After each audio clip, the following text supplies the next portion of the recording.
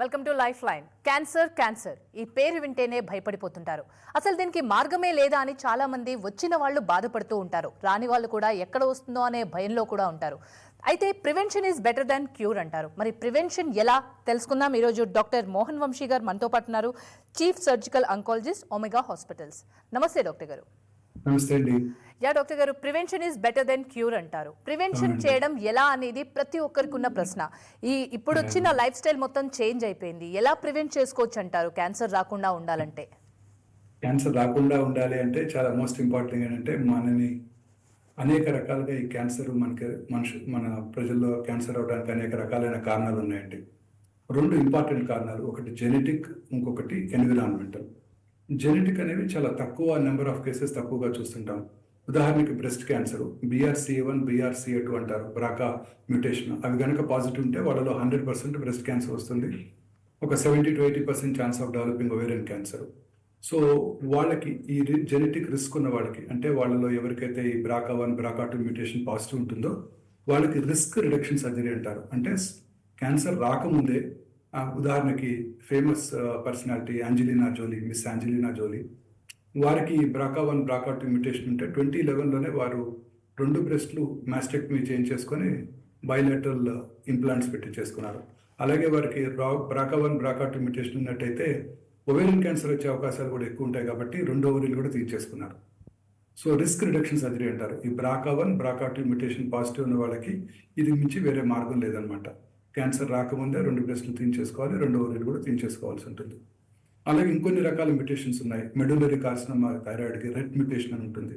ఆ మ్యూటేషన్ ఉన్న ఫ్యామిలీస్లో పిల్లల్లో ముఖ్యంగా 1 year రాకముందే వాళ్ళకి టోటల్ థైరాయిడెక్టమీ చేసినట్టయితే మెడులరీ కార్సినోమా రాకుండా చేసుకోవడానికి అవకాశం ఉంటుంది.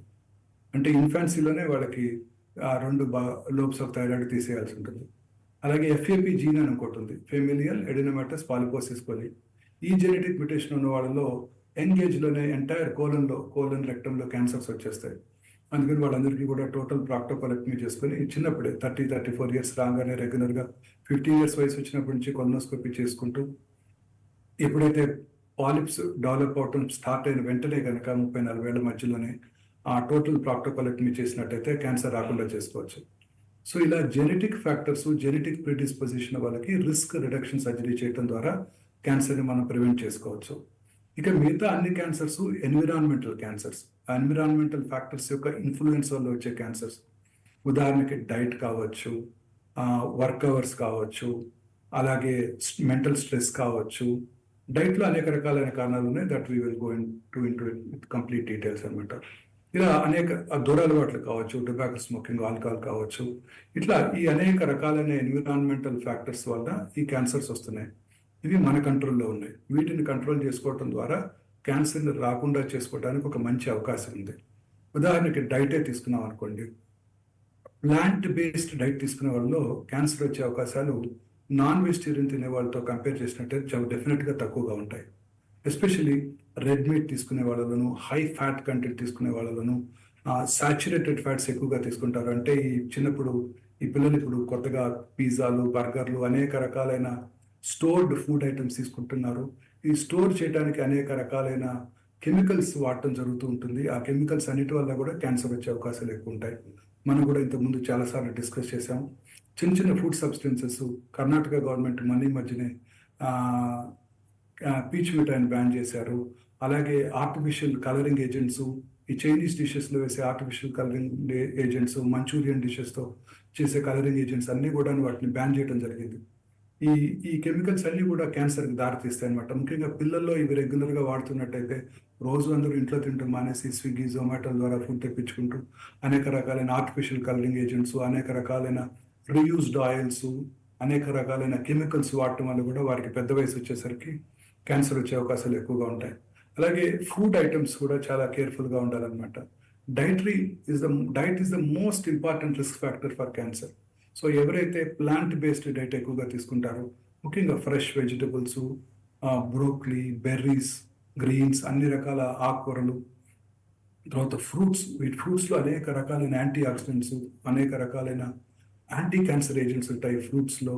ఈ ఫ్రూట్స్ ఎక్కువగా తీసుకుంటూ, ఈ వెజిటబుల్స్ బాగా ఎక్కువగా తీసుకుంటూ, పూర్తిగా నాన్ వెజ్ ఐటమ్స్ని ఇంక్లూడింగ్ సాచురేటెడ్ డైరీ ప్రొడక్ట్స్ని కూడా మనం మానేసినట్టయితే డెఫినెట్గా వాళ్ళలో క్యాన్సర్ వచ్చే అవకాశాలు తక్కువగా ఉంటాయి. అన్ని రకాల vegetables including potato, sweet potato, beans, legumes, lentils, ధాన్యం అండ్ అలాగే హోల్ ఫుడ్, హోల్ గ్రెయిన్స్ అంటారు. అంటే రిఫైన్డ్ ఫైన్ అంటే గ్రెయిన్స్ కాకుండా, అంటే వైట్ రైస్ కాకుండా brown rice, hand pound rice తీసుకునే వాళ్ళలో డెఫినెట్లీ క్యాన్సర్ వచ్చే అవకాశాలు తక్కువగా ఉంటాయి. అలా హోల్ గ్రెయిన్స్ తీసుకోవాలన్నమాట. ఓట్స్, తర్వాత బార్లీ, సబ్జా గింజలు, వీటిలో chia seeds, flax seeds, sea fish లో ఒమేగా 3 ఫ్యాటీ యాసిడ్స్ ఎక్కువ ఉంటాయి. They also prevent heart ailments as well as cancers అనమాట. సో ప్రపంచంలో ఎక్కువ కాలం బ్రతికే వాళ్ళంతా కూడాను మెడిటరేనియన్ క్లైమేట్లో ఉండేవాళ్ళు జాపనీస్. వీళ్ళు చాలా ఎక్కువగా మెడిటరేనియన్ క్లైమేట్, స్పానియర్డ్స్ అందరూ కూడా అబోవ్ 90 బ్రతికేస్తుంటారు. అంటే వాళ్ళ మెడిటరేనియన్ డైట్ అంత పర్ఫెక్ట్గా ఉంటుంది. Lots of fruits, olives, olive oil, lots of greens, vegetables and sea fish తీసుకుంటుంటారు ఎక్కువగా వాళ్ళు. వాళ్ళలో ఈ క్యాన్సర్ వచ్చే అవకాశాలు చాలా తక్కువగా ఉంటాయి. సో రైట్ డాక్టర్ గారు, డైట్ మీరు ఆలివ్ ఆయిల్ అని చెప్పారు కదా. మన తెలుగు స్టేట్స్లో ఎస్పెషల్లీ ఆలివ్ ఆయిల్ కన్నా కూడా గ్రౌండ్నట్ ఆయిల్, బయట దొరికే ప్యాకెట్ ఆయిల్స్ ఎక్కువగా వాడుతుంటారు. ఆయిల్ కూడా ఎఫెక్ట్ చేస్తుంది అంటూ ఉంటారు. అది నిజమే అంటారా? అవునండి, డెఫినెట్గా ఆల్ ఆయిల్స్ డెఫినెట్లీ. పూర్వకాలంలో చాలా కాలం క్రితం, ఒక 30-40 ఇయర్స్ బ్యాక్, రిఫైన్డ్ ఆయిల్స్ అని చాలా పాపులర్ అయ్యాయి. సన్ఫ్లవర్ సీడ్స్ నుంచి వచ్చే ఆయిల్, రేప్ సీడ్స్ నుంచి వచ్చే ఆయిల్స్ చాలా పాపులర్ అయ్యాయి. వాటిలో ఒమేగా 6 ఫ్యాటీ యాసిడ్స్ ఎక్కువగా ఉంటాయి. They are not good for health either. So ఇప్పుడు అంతా కొత్తగా ట్రెండ్ ఈస్ మన ఓన్ ఆయిల్స్, గ్రౌండ్నట్ ఆయిల్, అలాగే నువ్వుల నూనె, మస్టర్డ్ ఆయిల్ అంటాం, నువ్వుల నూనె, అలాగే coconut oil, virgin coconut oil, ఇవన్నీ కూడా చాలా పాపులర్ అవుతున్నాయి. ఇవి హార్ట్ ఎయిల్మెంట్స్ని తగ్గిస్తాయి, ఖచ్చితంగా క్యాన్సర్ని కూడా తగ్గిస్తాయి. చాలా కాలంగా కొన్ని రకాల కనోలా ఆయిల్ అని కంప్లీట్గా ఒమేగా 3 ఫ్యాటీ యాసిడ్స్ ఉండే ఆయిల్, దీని మీద చాలా డిఫరెంట్ ఒపీనియన్స్ ఉన్నాయి. ఇవి డెఫినెట్లీ చాలా మంది ఇది బెనిఫిషియల్గా ఉంటుంది, ఎస్పెషల్లీ క్యాన్సర్ రాకుండా చేస్తుంది అంటారు. యునైటెడ్ స్టేట్స్లోను, యూరోప్లోను ఇది వైడ్గా వాడుతుంటారు. బట్ చాలా మంది ఈ మధ్య మన కార్డియాలజిస్ట్ కూడా ఈ కనోలా ఆయిల్ బదులు మన groundnut oil, coconut oil better అని కూడా అంటుంటారు. ఏదేమైనా అన్ని రకాల ఆయిల్స్ని మనం మితంగా వాడాలి. ఏదైనా కూడాను కంప్లీట్గా బ్యాలెన్స్డ్ డైట్ తీసుకోవడం వెరీ ఇంపార్టెంట్. మన డైట్లో కార్బోహైడ్రేట్స్ ఇంపార్టెంటే, ప్రోటీన్ ఇంపార్టెంటే, fat important. 20% of our food, energy should come from fat, 30% should come from protein, 50% should come from carbohydrate. కానీ ఆ carbohydrate source important. So just ఈ షుగర్ తీసుకునేవాళ్ళు, అంటే వైట్ షుగర్, నాకు I personally believe white sugar, white maida, white rice, white salt and white light, ఇవన్నీ కూడా definitely dangerous. ఇవన్నీ కూడా క్యాన్సర్కి దారితీస్తాయి, అలాగే హార్ట్ ఎయిల్మెంట్స్ కూడా దారితీస్తాయి. 1 by 1 వైట్ మైదా, అన్నిట్లో మనం వాడేదంతా వైట్ మైదానే. అన్ని రకాల తెలుగు స్వీట్స్ కానివ్వండి, నార్త్ ఇండియన్ స్వీట్స్ కానివ్వండి, అన్ని మైదాతోనే ప్రిపేర్ చేస్తారు. టేస్టీ సుందర్ పిచ్చా కూడా చెప్తుంటారు, ఆయన చోలే భటూరా చాలా ఇష్టం అని. ఆ చోలే భటూరాలో ఆ bhatura is nothing but maida. So మైదాతో చేసే అన్ని ఐటమ్స్, ఆ మైదాని తయారు చేయడానికి, ఆ రిఫైన్డ్ ఫ్లోర్ తయారు చేయడానికి అనేక రకాలైన కెమికల్స్ వాడుతూ ఉంటారు అనమాట. వాడినప్పుడు అవన్నీ కూడా కార్సినోజెన్సే. So maida is one item which has to be ban completely. రోజు మనం తినే రుమాలి రోటీ కానివ్వండి, అవన్నీ కూడా ఏ హోటల్కి వెళ్ళినా టేస్టీగా ఉండాలంటే మైదాతో చేసే ఫుడ్సే పెడతారు. సో అవన్నీ కూడా డేంజరస్ అండి. అన్ని రకాల స్వీట్స్ మైదాతో చేసినవి, మన తెలుగు స్వీట్స్ కానివ్వండి, సౌత్ ఇండియన్ స్వీట్స్ కానివ్వండి, నార్త్ ఇండియన్ స్వీట్స్ కానివ్వండి. సో ఈ మైదాతో చేసేవన్నీ కూడాను మనం కంప్లీట్గా కంట్రోల్ చేసుకోవాలి. అలాగే సాచురేటెడ్ ఫ్యాట్స్ ఎక్కువగా ఉండే ఫుడ్ ఐటమ్స్, తర్వాత white rice again it's refined carbohydrate. దానివల్ల ప్లెయిన్ షుగర్ వస్తుంది తప్ప మనకి ఇంకేమి రాదు. ఇండియాలో డయాబెటీస్ ఇన్సిడెంట్స్ ఎక్కువగా ఉండడానికి ఇది ఒక కారణం కావచ్చు. సో దాని బదులు హ్యాండ్ పౌండ్ రైస్ కానివ్వండి, లేకపోతే పార్బాయిల్డ్ రైస్ కానివ్వండి, బ్రౌన్ రైస్ కానీ తీసుకున్నట్టయితే డెఫినెట్గా మనం బెటర్ న్యూట్రియంట్స్ మనకు వచ్చే అవకాశం ఉంటుంది. దానివల్ల ఈ రిఫైన్డ్ షుగర్స్ ఎక్కువగా కన్స్యూమ్ చేయమన్నమాట. Third thing, white sugar is definitely dangerous. Sugar ఎక్కువగా తీసుకునే వాళ్ళలో హార్ట్ ఎయిల్మెంట్స్, క్యాన్సర్స్ అన్నీ కూడా ఎక్కువగా వస్తుంటాయి. చాలామంది అడుగుతుంటారు క్యాన్సర్ పేషెంట్స్, నేను షుగర్ అవాయిడ్ చేయాలా డాక్టర్ గారు వైట్ షుగర్ అని. Yes, white sugar should be avoided, but carbohydrate is an important source. Carbohydrate తప్పనిసరిగా తీసుకోవాలి. అంటే ఇంకా ఇతరత్ర ఫార్మ్స్లో కనుక ఫ్రూట్ షుగర్, అన్ని రకాల ఫ్రూట్స్లో షుగర్ ఉంటుంది, డేట్స్ అన్నీ కూడా చాలా ఇంపార్టెంట్. అన్ని ఫ్రూట్స్లో కూడా షుగర్ ఉంటుంది. That source of sugar is more important and safer when compared to that white sugar what we use. దాని బదులు బ్రౌన్ షుగర్ వాడుకోవచ్చు, న్యాచురల్ షుగర్స్ వాడుకోవచ్చు, న్యాచురల్ స్వీట్నర్స్ వాడుకోవచ్చు. సో తద్వారా షుగర్ కన్సంప్షన్ తగ్గించడానికి అవకాశం ఉంటుంది. White light is equally dangerous. మీరు ఒకటి అబ్జర్వ్ చేసినట్టయితే, మనం ఇప్పుడు గచ్చిబౌలి వస్తున్నట్టయితే ఎర్లీ మార్నింగ్ మొత్తం ఫుల్లీ లిట్ 20 స్టోరీ టవర్స్ ఉంటాయి. మొత్తం గచ్చిబౌలి అంతా నైట్ అంతా పనిచేస్తూనే ఉంటారు స్త్రీలు, పురుషులు. వీళ్ళందరూ కూడా ఈ న్యాచురల్ లైట్కి ఎక్స్పోజ్ అవ్వకుండా ఈ వైట్ లైట్కి ఎక్స్పోజ్ అయినప్పుడు వాళ్ళలో మెలటోనిన్ అనే హార్మోన్ ఉత్పత్తి తగ్గిపోతుంది. మెలటోనిన్ అనే hormone is a very strong anti cancer properties. So వీళ్ళందరూ కూడా డెఫినెట్లీ వాళ్ళందరికీ అన్ని రకాల క్యాన్సర్స్, స్త్రీలలో breast cancer, colon cancer, endometrial cancer, పురుషుల్లో లంగ్ క్యాన్సర్, అన్ని రకాల క్యాన్సర్స్ వచ్చే అవకాశాలు వీళ్ళందరికీ ఎక్కువగా ఉంటాయి. సో ఎవరైతే నైట్ టైం తొందరగా పడుకొని, మన పూర్వకాలం లాగా 8కో 9కో తొందరగా పడుకొని, అర్లీగా డిన్నర్ చేసేసి తొందరగా పడుకొని, ప్రిఫరబుల్లీ లైట్ లేకుండా పడుకొని, ఆ రోజుల్లో లైట్లే ఉండేవి కాదు కదండి. సో లైట్ లేకుండా పడుకొని, బెడ్ లైట్ కూడా లేకుండా పడుకోవడం బెటర్. అలా కనుక పడుకున్నట్టయితే 1:30, 2 o'clockకి వాళ్ళకి మెలటోనిన్ అనే హార్మోన్ ఉత్పత్తి అయ్యి, ఆ hormone has a very strong anti cancer properties అనమాట. సో వాళ్ళలో క్యాన్సర్ వచ్చే అవకాశాలు బాగా తక్కువగా ఉంటాయి. ప్రజెంట్ డే మనం రాత్రి కూడా పని చేసినా పని చేయకపోయినా రాత్రి 10 దాకా పని చేయటం, ఆ తర్వాత వెళ్ళి డిన్నర్ చేయటం, ఆ తర్వాత 12 గంటల దాకా టీవీ చూడటం, ఆ తర్వాత పడుకోవటం, పడుకునేటప్పుడు కూడా ఆ బ్లూ స్క్రీన్, మొబైల్ స్క్రీన్ చూస్తూ, ఆ వాట్సాప్ మెసేజ్కి ఆన్సర్ చేస్తూ, వాటన్నిటికి చూస్తూ పడుకున్నట్టయితే డెఫినెట్గా మెలటోనిన్ హార్మోన్ ఉత్పత్తి ఉండదు. వాళ్ళలో క్యాన్సర్ వచ్చే అవకాశాలు ఎక్కువగా ఉంటాయి. భారతదేశంలో ఇప్పుడు మీరు చూసినట్టయితే అర్బన్ ఇండియాలో incidence of cancer is very high. In rural ఇండియాలో ఇప్పటికీ కూడా 1/3 దట్ ఆఫ్ అర్బన్ ఇండియా ఇప్పటికి కూడా మన క్యాన్సర్స్.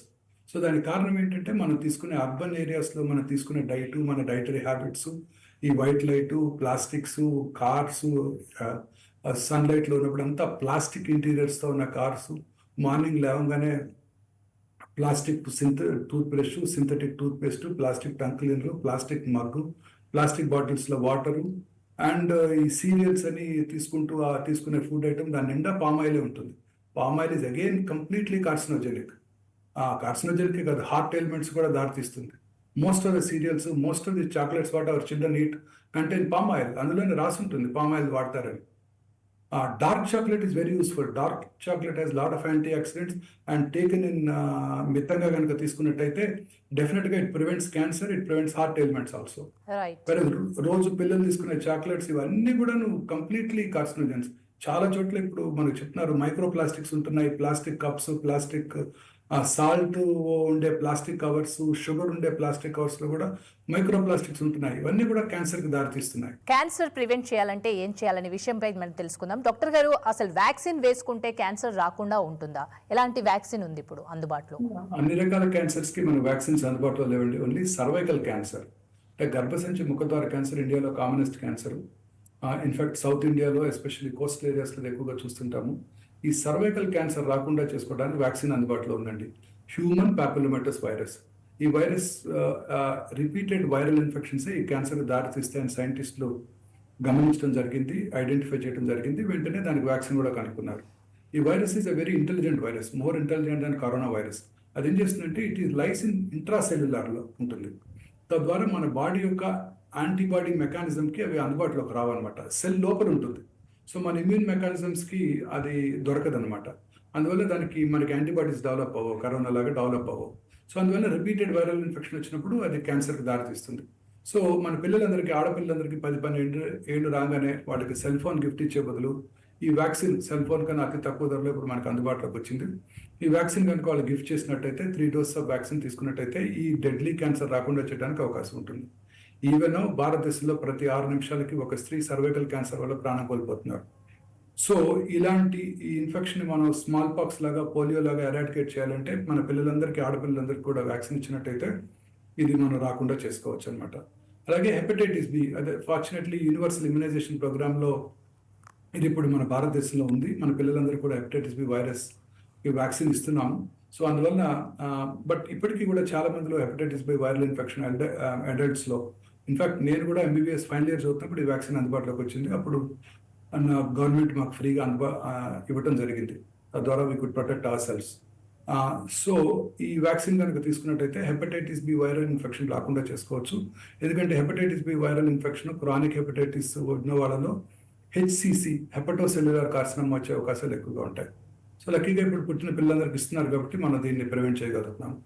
తర్వాత ఇంకా అదర్ ప్రివెంటబుల్ కాజ్ ఏంటంటే హెచ్ఐవి ఉన్న వాళ్ళందరికీ కూడా ఇప్పుడు హెచ్ఐవికి అందుబాటులో ఉన్న మెడిసిన్స్తో హెచ్ఐవి క్యూర్ అయిపోతుంది. హెచ్ఐవిని కంట్రోల్ చేసుకోగలుగుతున్నారు, వాళ్ళు 30-40 ఇయర్స్ ఈజీగా బతికేస్తున్నారు. కానీ వాళ్ళందరికీ కూడా క్యాన్సర్ వస్తుంది. 90% ఆఫ్ దెమ్ డెవలప్ క్యాన్సర్స్. ఏమవుతుందంటే హెచ్ఐవిలో వాళ్ళలో ఇమ్యూన్ మెకానిజమ్స్ దెబ్బతింటాయి. వాళ్ళ cellular immunity, antibody mediated immunity బాగా తగ్గిపోతుంది. సో మన బాడీలో ఎప్పుడు కూడా మ్యూటేషన్స్ జరుగుతుంటాయి. అంటే మన జెనెటిక్ మెటీరియల్లో, మన జీన్స్లో మ్యూటేషన్స్ జరుగుతుంటాయి. కొన్ని mutations are deadly, they can cause cancer. But బాడీలో ఇన్హరెంట్గా ఈ మ్యూటేషన్స్ని కంట్రోల్ చేసి, ఆ మ్యూటేషన్స్ జరిగినప్పుడు వాటిని అండూ చేసే ఇమ్యూన్ మెకానిజం మన బాడీలో మనందరికీ ఉంది. కానీ ఆ ఇమ్యూనిటీ దెబ్బతిన్నప్పుడు క్యాన్సర్స్ వస్తాయి. Very interesting thing. మీరు చెర్నోబిల్ యాక్సిడెంట్ గురించి వినే ఉంటారు. న్యూక్లియర్ డిజాస్టర్, ఉక్రెయిన్లో ఉన్న చెర్నోబిల్ న్యూక్లియర్ డిజాస్టర్ ఒక 30 years బ్యాక్ జరిగింది. సో అక్కడ ఉన్న వాళ్ళందరికీ, Hiroshima, Nagasaki atomic bomb blast జరిగిన వాళ్ళందరిలో కూడా చాలా రకాల క్యాన్సర్స్, ముఖ్యంగా థైరాయిడ్ క్యాన్సర్స్ వచ్చాయి. కానీ ఆ Chernobyl is located in dense forest. ఆ ఫారెస్ట్లో ఉన్న వైల్డ్ యానిమల్స్కి, ముఖ్యంగా వోల్ఫ్స్కి, ఫాక్సెస్కి, వాటికి క్యాన్సర్ రాలేదు. అవన్నీ కూడా ఎక్స్పోజ్ అయ్యాయి. ప్రజలందరూ పారిపోయారు కానీ ఆ యానిమల్స్ పారిపోలేవు కదా. వాళ్ళలో కానీ వాళ్ళ ప్రోజనీలో కానీ క్యాన్సర్ ఎక్కువగా రాలేదు. దానికి కారణాలు వాళ్ళు సైంటిస్ట్ అనలైజ్ చేసినప్పుడు they developed their own immune mechanism to fight with these mutations. Various మనలో లేని వాళ్ళు, మన ప్రజలందరికీ క్యాన్సర్స్ వచ్చాయి కానీ ఆ యానిమల్స్కి రాలేదు. అంటే body has its own capacity to fight with cancer. Cancer రాకుండా చేయడానికి, క్యాన్సర్ని కలగజేసే, ఇప్పుడు సైంటిస్టులు వాట్ దే బిలీవ్, మన బాడీలో ఉన్న 22,000 ప్రోటాన్ కోడింగ్ జీన్స్లో అబౌట్ 500 to 600 ఆంకో జీన్స్ని కనుక్కున్నారు. అంటే క్యాన్సర్ కారక జన్యువులు. ఈ జన్యువుల్లో వచ్చే మ్యూటేషన్ వల్లే క్యాన్సర్ వస్తుందని ఇప్పుడు సైంటిస్టులు గట్టిగా నమ్ముతున్నారు. ఇప్పుడు ప్రతి క్యాన్సర్ పేషెంట్స్కి ఈ ఫౌండేషన్ వన్ టెస్టింగ్ చేసుకుని, కాంప్రహెన్సివ్ జెనోమిక్ ప్రొఫైలింగ్ చేసుకుని, ఏ జెనెటిక్ మ్యూటేషన్ వల్ల క్యాన్సర్ వచ్చిందో తెలుసుకుని, ఆ జెనెటిక్ మ్యూటేషన్ని టార్గెట్ చేసే మెడిసిన్స్ ఇప్పుడు మనకు అందుబాటులోకి వచ్చేసాయి. సో ఆ జెనెటిక్ మ్యూటేషన్స్ జరుగుతున్నప్పుడు అవి రాకుండా చేసుకునే మెకానిజం మన బాడీలో ఉంది. ఆ ఫారెస్ట్లో ఉండే యానిమల్స్ డెవలప్ చేసుకునే మన ప్రజలు డెవలప్ చేసుకోలేకపోయారు. సో అంటే దీని యొక్క మోస్ట్ ఇంపార్టెంట్ మెసేజ్ ఏంటంటే, we are our cells, we can protect our cells from cancer.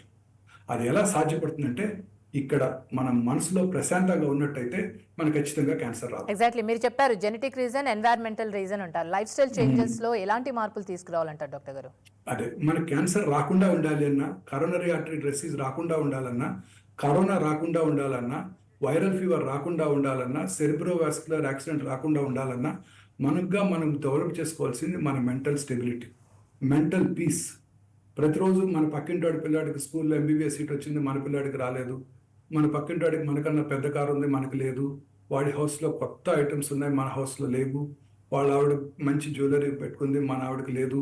ఇలా కాకుండా మానసికంగా మనం ప్రశాంతంగా కనుక ఉన్నట్టయితే, అన్ని రకాల ప్రెషర్స్ నుంచి ఎప్పుడు కూడా మనం నిశ్చింతగా ఉన్నట్టయితే, నేను ఖచ్చితంగా 34 ఏళ్ళు ఆంకాలజీ ప్రాక్టీస్ చేశాక నేను నమ్మే సూత్రం ఏంటంటే, మనం కనుక ప్రశాంతంగా ఉంటే క్యాన్సర్ రాదు. క్యాన్సర్ వచ్చిన వాళ్ళు కూడా మానసికంగా ప్రశాంతంగా ఉన్నట్టయితే క్యాన్సర్ తిరిగి రాదు. సో అన్నిటికన్నా మోస్ట్ ఇంపార్టెంట్, మన moral of the story, entire essence of this today's 20-minute talk is this: మనం ఎప్పుడు కూడా మానసికంగా ప్రశాంతంగా ఉండాలి. దానికి మనం చేయవలసింది ఏంటంటే, ఆ ప్రశాంతతని మనం అలవర్చుకోవడానికి మనం మన ఓన్ మెకానిజం డెవలప్ చేసుకోవాలి. అంటే యోగా చేయి, శ్రీ ఆశ్రమంలో జాయిన్ అయ్యి ఆర్ట్ ఆఫ్ లివింగ్ క్రియ చేసి, లేకపోతే సద్గురు ఆశ్రమంలో చేసి వాళ్ళ బ్రీదింగ్ ప్యాటర్న్స్ చేయవచ్చు. ఏదైనా బ్రహ్మకుమారిస్తో జాయిన్ అయ్యి మెంటల్ పీస్కి మనం ఏదైనా చేయొచ్చు. మనకి ఇష్టమైంది ఏదైనా చేయొచ్చు, ఏదైనా చేయండి. ఆర్ మన ఓన్ మెకానిజం డెవలప్ చేసుకుని మానసికంగా ప్రశాంతంగా ఉన్నట్టయితే, I strongly believe that they will not get cancer. Okay, bad habits ఉన్న వాళ్ళు ఎలా డీల్ చేయాలంటారు? కొందరు పొద్దున్న లేస్తే తాగుతుంటారు, కొందరు పార్షియల్గా తాగుతుంటారు. ఆల్కహాల్ కన్జ్యూమ్ అనేది ఎక్కువ అయిపోయింది. At the same time cigarettes కూడా వాడుతున్నారు. వాళ్ళకు ఎలా వాళ్ళు రక్షించుకోవాలంటే ఎలా మార్చుకోవాలంటారు? డెఫినెట్గా దురలవాట్లకు దూరంగా ఉన్నట్టయితే క్యాన్సర్కి దూరంగా ఉండొచ్చండి. సిగరెట్ స్మోక్ చేసిన 6 secondsలో సిగరెట్లో ఉండే 400 కార్సినోజన్స్, అంటే క్యాన్సర్ కారక పదార్థాలు వారి బ్లడ్లోకి వెళ్ళి లంగ్స్లోనూ, ఓరల్ క్యావిటీలోనే కాకుండా శరీరంలో అన్ని భాగాల్లో క్యాన్సర్ కలగజేస్తాయి. Can you believe? Cigarette smoke చేసే ఉమెన్లో గర్భసంచి ముఖద్వార క్యాన్సర్ ఎక్కువగా కనబడుతుంది. అంటే ఇక్కడ నోటి ద్వారా సిగరెట్ స్మోక్ చేస్తే ఆ సిగరెట్లో ఉండే కార్సినోజన్స్ బ్లడ్లోంచి గర్భసంచి ముఖద్వారం దగ్గర సెక్రెట్ చేయబడి సర్వైకల్ క్యాన్సర్ దారితీస్తుంది. ఇప్పుడు వెస్ట్రన్ వరల్డ్లో cervical cancer is not seen. Only smoking చేసే స్త్రీలలోనే ఈ సర్వైకల్ క్యాన్సర్ ఎక్కువగా కనబడుతుంది. సో ఈ స్మోకింగ్ ఈజ్ సో డేంజరస్. అన్ని రకాల క్యాన్సర్స్ కూడా ఈ స్మోకింగ్ మూల కారణం. చాలామంది స్మోక్లెస్ టొబాకో వాడుతుంటారు. అంటే గుట్కా లాంటివి, తంబాకు, కైని, జరదా, పాన్ ఇవన్నీ కూడాను నేను నోట్లో వాటిని అంటే నమిలేసి ఊసేస్తాను, వాటిని లోపలికి ఇంజెస్ట్ చేయను, సో నాకు క్యాన్సర్ రాదు అనుకుంటారు. నోట్లోనే వాళ్ళ మ్యూకోజా నుంచి అబ్జర్వ్ చేయబడి నోట్లోనే కాకుండా శరీరంలో ఇతర భాగాల్లో కూడా ఇది క్యాన్సర్ కలిగించవచ్చు అనమాట. సో అందుకని ఈ స్మోక్లెస్ టొబాకో వాడే వాళ్ళలో కూడా ఈ క్యాన్సర్స్ ఎక్కువగా చూస్తుంటాం. సో చాలా మంది ఈ మధ్య ఈ సిగరెట్స్ వాడుతున్నారు. ఈ సిగరెట్స్ అంటే అందులో టొబాకో ఉండదు, నికోటిన్ ఉంటుంది. Nicotine is the most addictive substance in the entire cigarette. ఆ నికోటిన్ స్మోక్ చేసే వాళ్ళలో కూడా, నికోటిన్ ఉండే ఈ సిగరెట్స్ తాగే వాళ్ళలో కూడా రకరకాల క్యాన్సర్స్ వచ్చే అవకాశం ఉంది, హార్ట్ ఎయిల్మెంట్స్ వచ్చే అవకాశం కూడా ఉంది. సో ఈ సిగరెట్స్ కూడా మనం ఖచ్చితంగా డిస్కరేజ్ చేయాల్సి ఉంటుంది. సో టొబాకో అన్ని రకాలుగా కనుక బ్యాన్ చేసినట్టయితే సౌత్ ఇండియాలో ఉండే పురుషుల్లో వచ్చే 45% ఆఫ్ ద క్యాన్సర్స్ని మనం పూర్తిగా రాకుండా చేసుకోవడానికి, ఎరాడికేట్ చేయడానికి అవకాశం ఉంటుంది. సో దీంతో పాటు ఆల్కహాల్ తాగే వాళ్ళు కూడా అనేక రకాలైన క్యాన్సర్స్, ముఖ్యంగా oesophageal cancers, pharyngeal cancers, liver cancers వచ్చే అవకాశాలు ఉంటాయి. సిగరెట్ తాగడం వల్ల 100కు ఒక 30 మంది క్యాన్సర్ వచ్చినట్టయితే ఆల్కహాల్ తాగడం వల్ల 100కు ఒక 4 క్యాన్సర్ వస్తుంది. కానీ రెండు కలిపి చేసినట్టయితే దురలవాట్లు, సిగరెట్, ఆల్కహాల్ రెండు ఉన్నట్టయితే దే హ్యావ్ సినర్జిస్టిక్ ఎఫెక్ట్. 30+4 కాదు, 70% of them will develop cancers. So దురలవాట్లకు దూరంగా ఉండటం మంచిది అనమాట. Thank you so much doctor గారు. క్యాన్సర్ రాకుండా ఉండాలంటే ఏం చేయాలి, ఎలాంటి జాగ్రత్తలు తీసుకోవాలి, లైఫ్ స్టైల్లో మార్పులు ఏ విధంగా తీసుకురావాలి అనే విషయాలు చాలా చక్కగా వివరించారు. Thank you so much.